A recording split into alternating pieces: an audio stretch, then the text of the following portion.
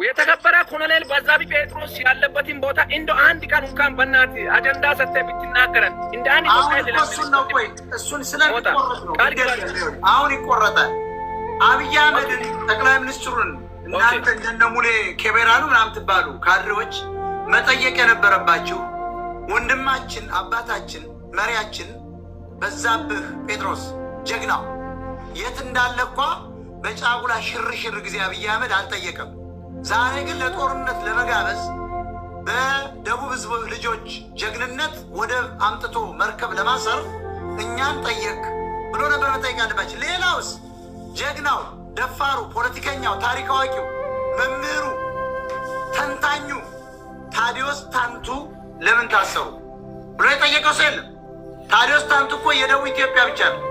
የአማራ የኦሮሞ የደቡቡ ክብር የተከበሩ በእድሜያቸው ከፍ ያሉ እውነታን የሚመሰክሩ የእነዚህ ወንበዴዎችን ታሪክ ስላጋለጡ የአማራን ጀግንነት ስለመሰከሩ የኢትዮጵያን ህዝብ ታሪክ ስለዋጡ ጀግና ስለሆኑ ታስረው ተመልከቱ።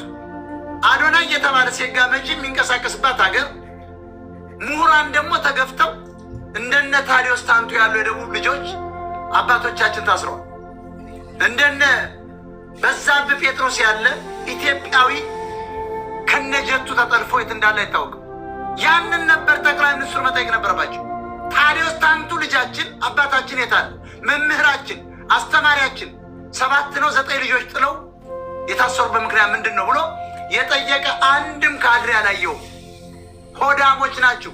በዚያ መልካም የደቡብ ኢትዮጵያዊ ስነ ልቦና የምትጫወቱ አለባበሱን አመጋገቡን ይዛችሁ የምታላግጡ ካድሬዎች ናቸው ያየነው።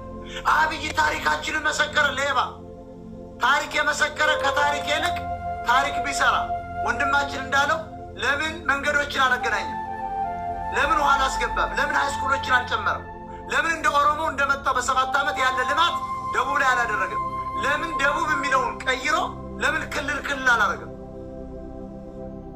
የሚፈርስም ካለ ለምን አላፈረሰም? ለእነሱ ግን ወደ ኬንያ ለመሻገር ግን አንዲት ክልል ፈጥረዋል ከደቡብ። ያችን ወደው አይደለም እነ ጀዋር መሐመድ ከኬንያ ጋር ድንበር ለመገናኘት ስላሰቡ። ያማ ቢሆን ኖሮ ወላይታ ትልቅ ህዝብ እኮ በጣም ወላይታ ለዚች ሀገር